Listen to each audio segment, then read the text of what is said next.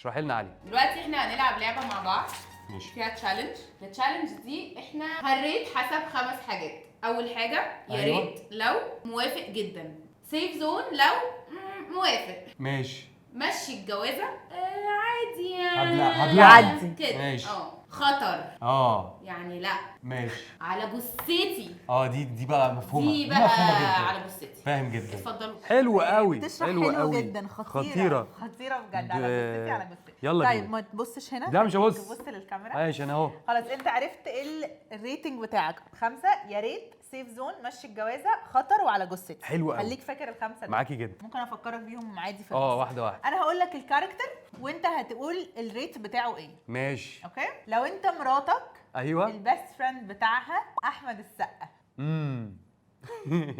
طيب يعني في جدعنه، عشان بس نبقى فاهمين، في جدعنه وفي حصنه وفي فرهده وفي جيم وفي تستوستيرون غير عادي، بس هو في مشكله صغيره قوي.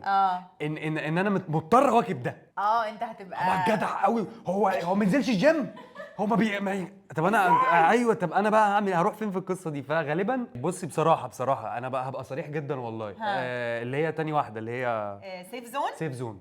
انا شايف احمد السقا سيف زون، محترم وهيروح متصل بيا اللي مزعلها، تعالى يا ابني تعالى دلوقتي، تعالى تحب على راس، يعني هيبقى عنده يعني الاجواء ما دي. عندكش مشكله ان هو يشتمك بس عشان هو ويربيك. افهمي عشان ده احمد السقا، ماشي. في فرق سن بيني وبينه، وفي مش عارفه ايه، وفي اعمال فنيه ممكن نعملها سوا يعني. لا انت بتبص، لا انسى خالد بس لا ده فاهمك. انت خالد اللي في انا بحب احمد السقا. احمد غزي على جثتي. ليه كاريزما ما بصي اجيبها لك منين؟ غيره. لا راجل كاريزما وعضلات، ما عندوش عضلات ده قد كده. لا ما هو يعني هيطلع عضلات يعني عنده. لا عنده ما عندوش يعني فورمه حلوه، هو فت فلا شويه حاجات كده ماشي اوكي تضايق على جثتي ده. طيب شريف طنيوس ده اللي هو هاتي كرسي وتعالي نعمل ميك اب. كرسي وتعالي اقول لك مشي الجوازه، لان انا مش هبقى حابب وجوده وطريقه الكلام بينهم، ويا بنتي ايه ده اللي انت حاطاه ده، لا تعالي هظبط لك. طب بس بجد تخيل دي كل الكونفرسيشن اللي ما بينهم، ما بالظبط، ما هي حاجات بتضايق، بس اللي هو ايه اللي هيضايقك؟ ما انا عشان كده جيت في اللي هو شريف ميك اب ارتست، فانا في فرحنا ايوه انت مش تدفع 200,000 جنيه ميك اب كل ما يبقى عندي ايفنت مشوار. ميك اب ده راح من عليك، ومش انا مش هاخد منك فلوس اشتري ميك اب. ما هو فاهمك ليه، عشان هروح اخد من عندي. انا عندي مشكله في الفيمينين انرجي بتاعته. ليه يعني؟ ما هو عديها، لان on the other hand ايوه انت موفر فلوس بس. ما هو انا قلت لك ايه الريت بتاعي ايه؟ ماشي همشي الجوازه. طب بص بقى، أيوة. لو البيست فريند بتاع مراتك يحيى الفخراني ده يعني اقول ايه بقى ايه في اول واحده ايه؟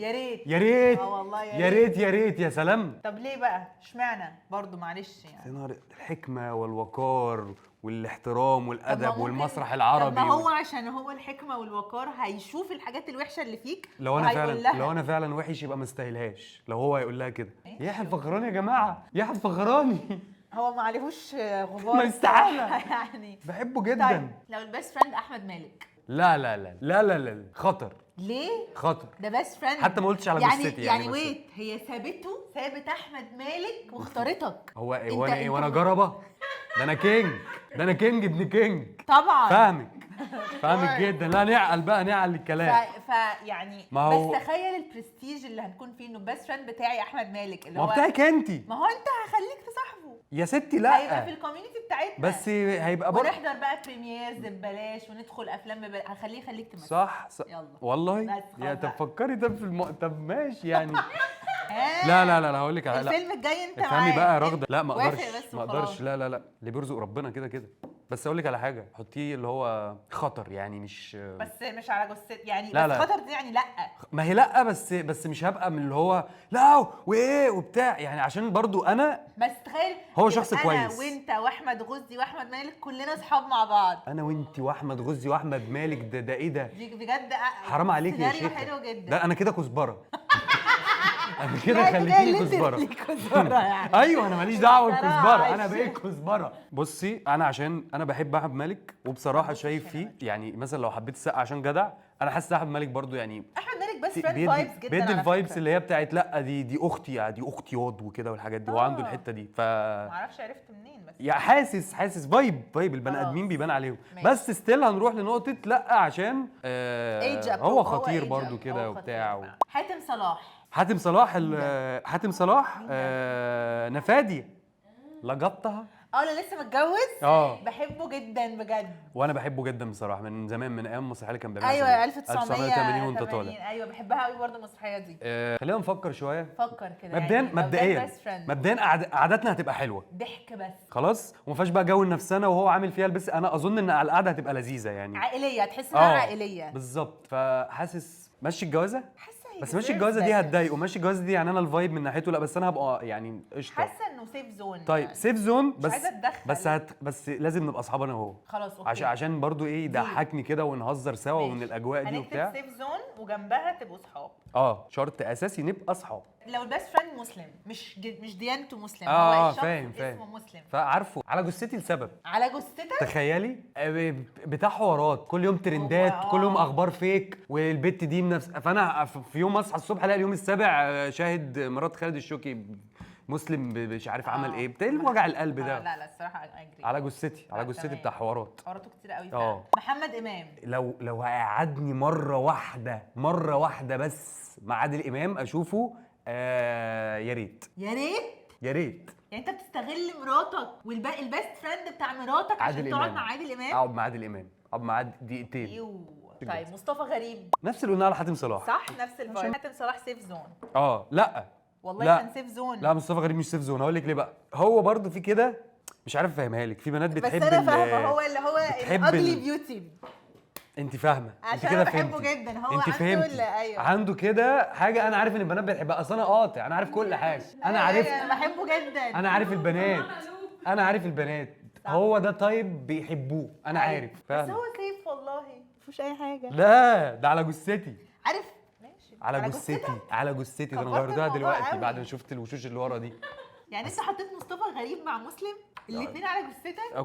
كل واحد وليه يعني. طب احمد سعد بس ان هو جواز كتير والحاجات دي مش عارف دي حاجه خطر عليكي ولا على اللي معايا يعني ولا لا مش عارف. هو كبني ادم هو لذيذ قوي. هو لذيذ وهيغني لنا وبتاع واليوم الحلو كل حاجه روشه كده، تحس ان هو الفايب بتاعه روش على طول. فاهم بس انيمال يعني. لا ليه ده حتى بيلبس حلقه والله ما بيعملش اي مشاكل. بس بقى ما تقوليش كده على الراجل بقى. ولبسه بيلبس حاجات مش ايه مش ايه المخرمه دي اسمها مش بجد. ايوه دي اسمها مش لبس. ده مش لبس. جبت لبس مش لبس. بصي يعني غالبا همشي الجوازه لسببين. اول سبب ان هو يغني لنا فرحنا ببلاش، وده مش حاجه عاديه. انا وفرت رقم غير عادي. واكشلي اغانيه فرح جدا يعني. يا هو يا العسيلي يعني يا ده احمد سعد. افكر لو انا جبت المش ده شايليه عليه مش حلوه. مش حلو. يو دونت هاف ذا بادي. اوكي عندي استنى بالله عندي. انا الاوفر سايز بس مخبي كل حاجه. هنروح بس الجيم يومين كمان بعدين نبقى ماشي نطلع. خلاص يلا ماشي. احمد سعد ايه؟ مش موافق. يعني خطر ولا على جثتي ولا لا مشي الجوازه؟ مشي الجوازه عشان الغنى عشان الفرح يوم الفرح. طيب حسن ابو الروس خلي بالك بيغني. انا عندي مشكله ثانيه خالص يعني. بص القبول ده بتاع ربنا اكيد. فيعني على جثتي انا مش هعرف. انا مش يعني بص انا بحب كل الناس والله العظيم. واللي ما يعجبنيش بيعجب ناس تانية والدنيا جميله. بس انا مش هستحمل نبقى قاعدين في قعده فيها. ما هو ما تقعدش معايا استاذ حسن بصراحه. بس فريند مراتك مش لازم تقعد. ده وانا ايه يعني وانا مش لازم يعني كل قعده بتبقى قاعد فيها. وانت ايه يعني كل ما نقعد مع بعضينا تيجي تقعد معانا انت تعمل فيها جوزي. حاسه ان الدينجر من ناحيته شبه منعدم. لا على جثتي. على جثتك يعني مش حاجه حلوه. انت قوي بصراحه. يعني عندي الضحك برضو رقم واحد وهو بسم الله ما شاء الله يعني مش من اولوياته. زياد زازا. ايه لا زياد زازا ده صعب جدا. القرف ده. لا صعب قوي. ليه ده عيل صغير ولا مين ده شوضلي بقى وصاحبتك معايا وهعمل وهسوي فيها وفيك لا زياد زازا لا. ده لسه عامل اغنيه مع ليجاسي جميله جدا اللي هي ولا مين ولا ليه ساعتين صفا وهتبقي حلالي. هو ساعتين وهيخلص. ايوه يعني طب شفت. طب دي حاجه حلوه جدا. انت تروح تشتكي له يقول لك اشقه اجيبه من يعني مش صراحه دي حاجه حلوه لان هو هيدافع عني. ما هو انا هدافع انا عنك. ضدك، هيدافع عني ضدك. ليه؟ طب انت اتضايقت؟ لا ده كده عامل دور البيست فريند الاجلي ده اللي ما بحبوش، اللي هو بيعمل الأجلي؟ مشاكل. ايوه لا مش حابه. يعني زياد هتحطه زازا إيه؟ على جثتي. ايه ده اوفر جدا. على جثتي. والله مديله مقام اكبر. لا على جثتي. ده كان الريتنج بتاع ماشي هو السقه كلها على جثتي. طب ليه؟ تعالى لا نشوف، ما تعالى تكتبيش. نشوف انا وافقت على كام واحد؟ انت قلت 2 بس يا ريت، اللي هو يحيى الفخراني عشان بصراحه يا ريت يا ريت كلنا طبعا. يا ريت، ومحمد امام عشان يقعد مع عادل امام استغلالي. انا دي الثغره الوحيده في الورقه دي، انا متاكد. وبقى بس كام تمام. واحده على جثتك؟ 1 2 3 4 5 5 على جثتك. مشكله 5.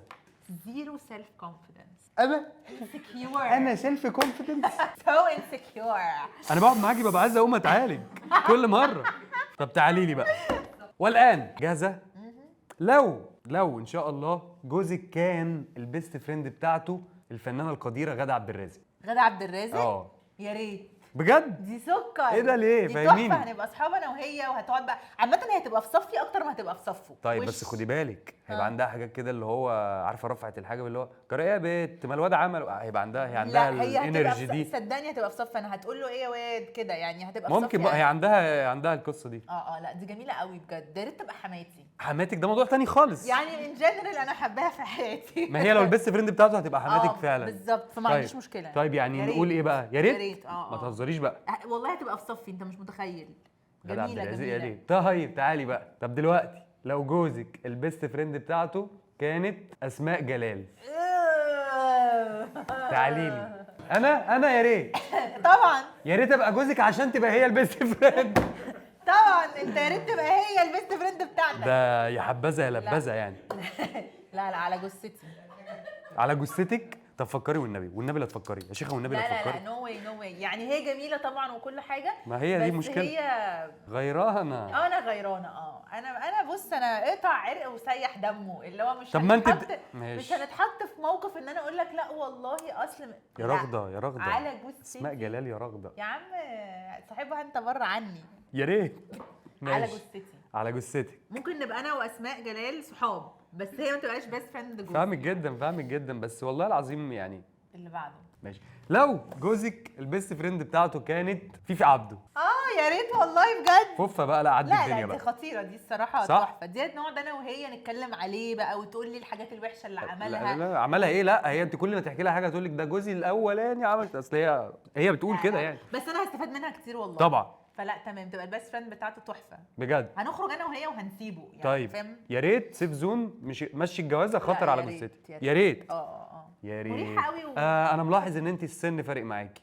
انت قلت لي 3 كلهم. بس على البنات عامه السن فلكسبل معاها. السن هكتب فوق. بحاول اغير. الله على الحاجات اللي بتجيب لكم فريسكو. ماشي. لو جوزك البيست فريند بتاعته ياسمين عز. ممكن اقول خطر يعني، مش على جثتي. خطر هي برضه هتبقى. لا هي يعني خطر فعلا. هي خطر. لا هي خطر. عارفه ان انت خطر بالنسبه لك غير الخطر اللي بالنسبه لي. سربرايز. عارفه ان الرجاله بيحبوا الطيب ده من الستات. ما دي حاجه يعني انا بقى سربرايز. نعم يعني امشي في الشارع اعملي عينه عشوائيه. بص هي اكستريم. احنا احيانا بنحب الحاجات دي عشان ده معناه ان انتوا عندكم انسكيورتيز وبتحبوا حد يزودها. سيدي وتاج راسي والفرعون الصغير وكل الحاجات دي بنعشقها. انا اقول لي لا خطر عليكي طبعا. خطر عشان هتحط في دماغه حاجات مش واقعيه. عارف جو الحقيقه بتضايقكم. مش حقيقه ومش اهدى ماشي مش غلط. عارف جو اندرو تيت مع هي كده، هي دي لا كده. فاهميني بقى. جو الريد بول كونتنت اللي هو الريد بول كونتنت. مش احنا في حته ثانيه خالص. الريد بول كونتنت ماله الريد بول كونتنت اللي بيعملوا كونتنت فاهميني. يعني جو هتسمم افكاره، اللي هو هتفهمه انه عادي ان البنت تعمل له سندوتش الصبح. بالعكس لا هو مش عادي. دي بتعرفوا الحقيقه. اكسترا من عندي. بتعرفوا الحقيقه الغايبه عنه. خطر عشان بتعمل الصح. وهنقفل اصلا على البرنامج بتاعها عشان ندخله البيت. ده بعدك، ده البرنامج اللي فاتح البيوت. طيب دلوقتي لو جوزك البيست فريند بتاعته الفنانه القديره سلوى خطاب. يا لهوي بحبها قوي. والله العظيم والله ما بهزر يا شبه خالتي بجد وبحبها جدا. جميله سيف زون عادي. سيف زون عشان هي حقانيه، فهي ممكن تيجي عليا لو انا غلطانه، فخليها سيف زون.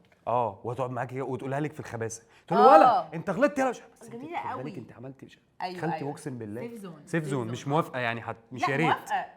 مش يا ريت قوي عشان هي زي ما بقول لك هي حقانيه، فلو انا غلطت عندها هتطلعني غلطانه. فانا قلب الام عندها حساس قوي، فاهمك. فسيف زون يعني. سيف انا زون، تمام خلاص. جدا. سيف زون بحب جدا، موافقه يعني. حلو. يعني شديت 3 خطوط تحت حوار السن ده. هو اصلا الاوبشنز بتاعته كلها فوق ال 40. ما انت بس تمام.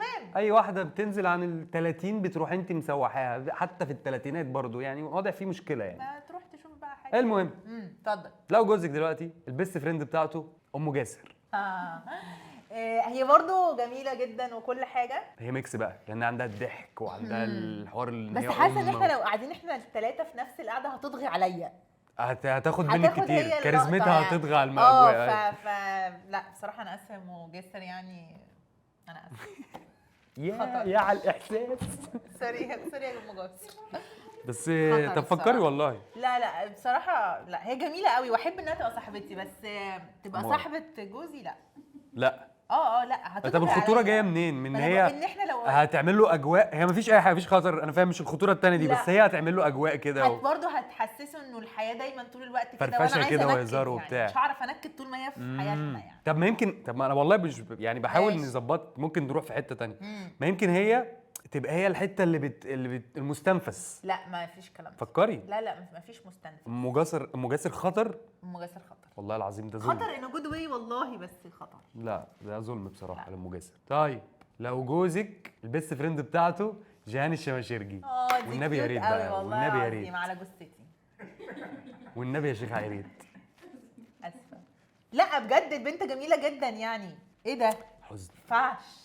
فكري طيب. مفيش تفكير على جثتي. طب اقول لك طبعاً. على حاجه يعني هتبقى في يعني يوم واحد. لا هو ايه ده؟ يوم في الاسبوع يا عم لا. بيست فريند يوم واحد بس في الاسبوع. لا انت بتقعد طب ليه رافضه؟